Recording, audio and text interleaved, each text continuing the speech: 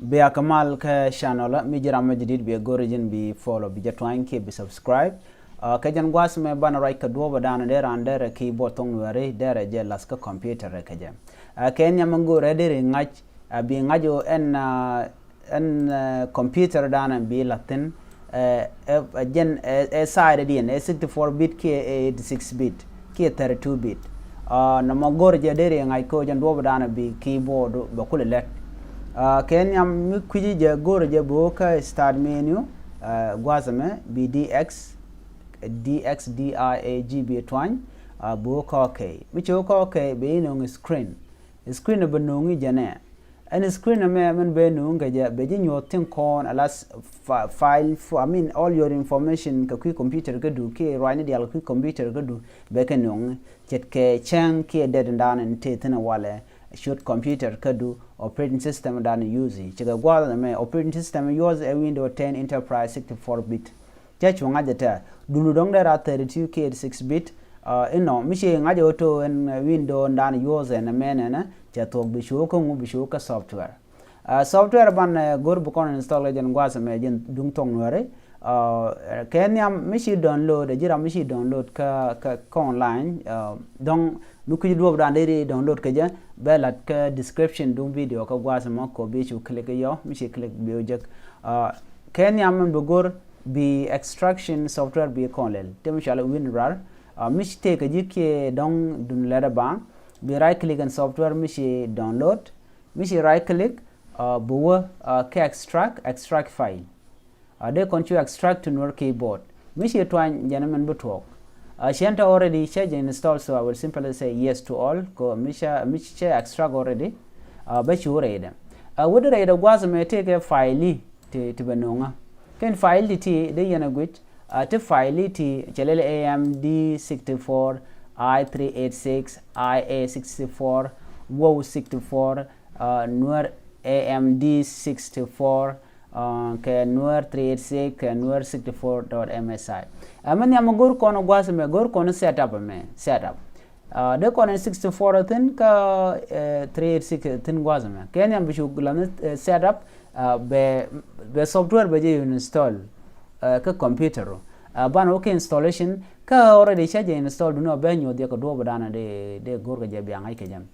mishi right click bo ka system bi chu open dere double click bo dere shuban do no share right click go gor bi aynen bi liba mat ka gwatot gwada dana we kami gore aiwa na mi gwije gwasa me she jogo remove the keyboard layout ala mi nyuno to chaje kwenka computer na wan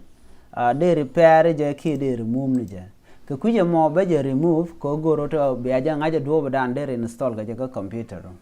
be chu leli finish remove the keyboard layout gwasa me gwiyen English gwama lak namene yo babade yo mu ko mu erode remove everything gwasa me biaje nen mete English United US keyboard can no keyboard ne brodo woji yo mu ko woje ne je be kul install nyok be akul ngaje de randere je install de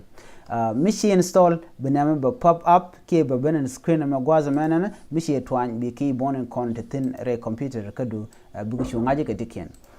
gore je de yana ngaje na mo kela mo wana ka we wo kon go chana leaf michi kona leave yo bana installation nana gor kone bana je chularich gwada leave kona men bunga je long ko computer ke kan wer keyboard take a guideline dan dere use ko adobe ndien dere keyboard to ke a keyboard en chagero ko computer ko leave kona wana ka kon screen keyboard gor banyo de to dere keyboard dere je gerdi ke ni ken chagero ne ka tungwere ko enran gore je to betong wer be gore ki be jangach der do dan der yangai ke je der je gor bana ko ngoro kon gum lip kon let wait ngoro ja ka ngadi ja ka loading ko kwal remove ne je muku remove ne je la janya mat kano computer use application one long thing so der delay der take delay midit channel je yap now your installation complete and Nuer keyboard PC developed by Chang has been successfully removed. Chiana time Michikona remove already. Michikona remove and tama menyodo ka kon bukule nyok wenta ma dena je kule install nyok enta che kon par dan dini je kon lat ko enta bo kon ko de kon ko la reje de mi jin bi ping gwas ma de reje che jien tele keyboard ten gwas me ping mi guje mouse gwas me men ban lelte akwa finish bana shu ka jen software nyok mi ko no ka software bu kon me bana jelel jen dan gor kon gwas me bishu right click na be right click and point a setup ka software dan kon le dun to Nuer be show open ku kon install ya bu kon leave a math jana leave a math all right jana gwasme che jogo Nuer keyboard PC deployed by chankot nyak successfully installed minyu no to ntama che kon install chatok mi jin bi pingo bi nen na mane shenen atin Nuer US keyboard ke Nuer keyboard te tan gwasame ante amando dieno diri kule type dikeje either ka social media ki ka document men bo gorba nyode ka en gwasame bana keyboard bana jenung on screen keyboard do badan diri bi kul ngajo men den cha gero ka keyboard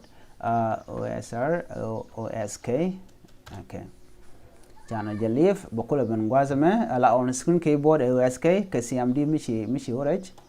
okay chana nam ngwame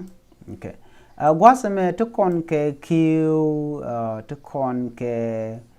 mridin SKF ZX V village to kon ke use mishi kon gu kon ke bokon kulo gor do badana de kon to de kon gerke ya ngani gwada danan te keyboard ante tenchi mancha nyot kon won ping gwasame chwe ping da micho kan English keyboard ke kanama amena yone alamat amena twanya nama mina mishi twany binen be jinon keyboard to goal okay and okay aywa twanje gwasame ti US keyboard ten nama US keyboard tin Nuer keyboard eten bana chu twany Nuer keyboard mu wa twany yo biane nama broda ger and point nama ka broda ger ko be kulu nyos kono en keyboard an gor kon use ladder mi ci kono ten nyok bu kon Nuer English bu kon chu twany shik menen yana monta ma shi q charle la ho shi minus charle la ha de kon nyot pingome chana doc ki notepad chana jeno okay ka notepad gwasame bana de kon ga type de kon kulanen goro to bukon ngajo to lereden gwasame shigumgu ikonomo ala q gwasame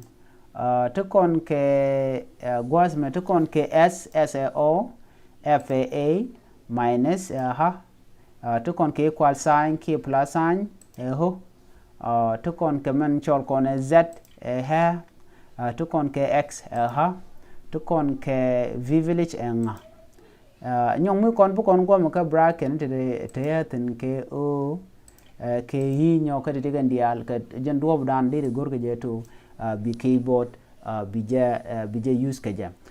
bo ka Facebook ba goro to ba message ba ja gware jamo ko goro to de yan ngajo to de ran de gwardi ka ja ka Facebook ko gor kon drop mo gwa ki bu kon approve ka ja to de ran de gwar ka Facebook ka jen keyboard me ki dara gwar ka social media and ko ken bo ka group do gwa sama okay chana ben okay name a group jen group da ba number ja watch ba chu type ka ja gor ba type ka ja gwa sama mu gi kona me cha ben ping gwa sama che de dong de chu twanya na me ken ambe kon ngajo she gar ka tung Nuer na me cha gar ka tung Nuer che ngui kon mo gwazama mi cha twanya na me bela ka tung Nuer de chu garo to mal kena pos te ke yen dial gwasame goran ka tung Nuer ko goro jo to bi am do badan de ran de do de gor ka je social media bran be jengaj okay gwasame ne no ke mat kataye jina ka dof en dene ke dene wonyam ke je dene wonyam keja ray Nuer. Okay. Michi goren do bu gije mu dere gor ka je yo michi to ko yo shen tam ka Facebook la jam mo option ko dong dere la mu bol me di ke che gor passage ko do dan dere gor ka je. Okay. Let's see dere gor di dere mo kamu yo michi to yo bichu ka post. Okay. Nyodar kon do dan dere use ka jen keyboard me ko che bu le dong chelat everything's work fine. Michi kon pingo de kon nena mananan cha gor gwasame. Ne de content yours ke Nuer keyboard che katin yours ke jaka mobile ken. Don jende la don take difficulty method ka kwi ka la gomi don mi chi u download keyboard den mi shajen keyboard ko ka online ka Android file ki Android mobile te ke ne ko kiendi shi keyboard kan ngalat. Kan keyboard to take ke mistake no wanda tin chanen. Ken chicken all symbol chicken gallery ka symbol gor kone men tom ka kan men ka tare ko en keyboard mi cha la re la tin wan ka jana ku screen de la men dan le de la chat je ka jana ku shala dia bi ngade be gwar ke ka do dana de screen de fit ke la ja gwar dul gorga ko shiri dial chi ka bla gwakel la do bu win mon ke je jen bu ka je jen do dana na le toto le karudin ke je kejan gwasa me gore jawto de yana goro de yan Nuer keyboard de yana jek ko jandana gor kona kejan gwasa me ram ken jek be chu goro be jek mi kono kon ka do de dien ko goro de ne jek njen dere tobo dere jangne email ke dong de lam link ko link jatin dere chu download ne je ka computer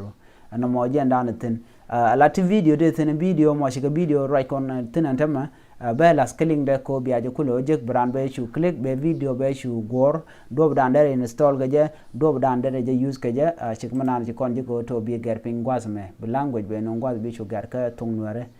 chilore te dalon ko chan tam chan kan kel ki sharaj me shajeling ne ko se kel ke ya biata kamal